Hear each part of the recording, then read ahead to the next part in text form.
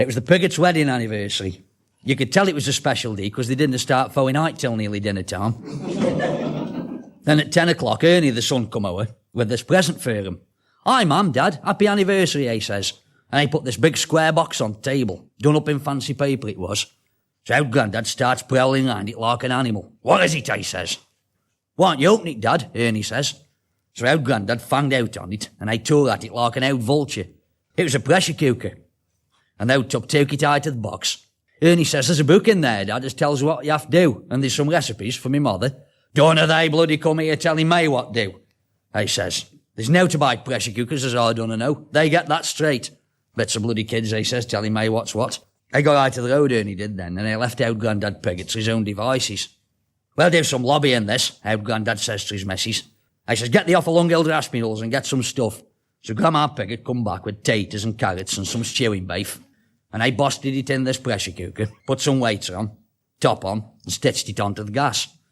I did it right. It was just I'd got principle wrong, say. So Owd Grandad, a pressure cooker saved using 3 saucepans.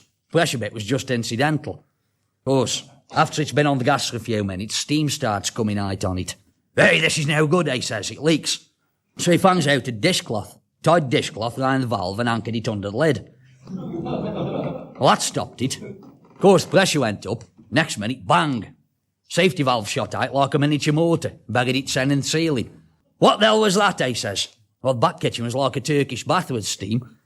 "I'll cure it," he says. "I'll fix it." I says, "Same with everything you buy these days, shoddy bloody workmanship." So I got the coal hammer and I welted a 3-inch nail in it. "That'll do it," he says. "It won't leak now." Of course, back on the gas it goes. And there it stopped for an hour and a half. Then he says, "Right, it's done."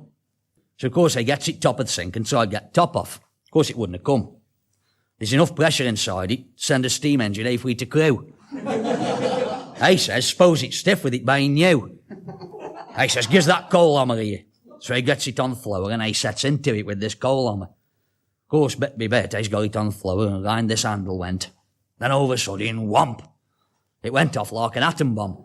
Now, one of Owd Grandad Piggott's assets was a solid head, and it didn't stand him in good stead that day.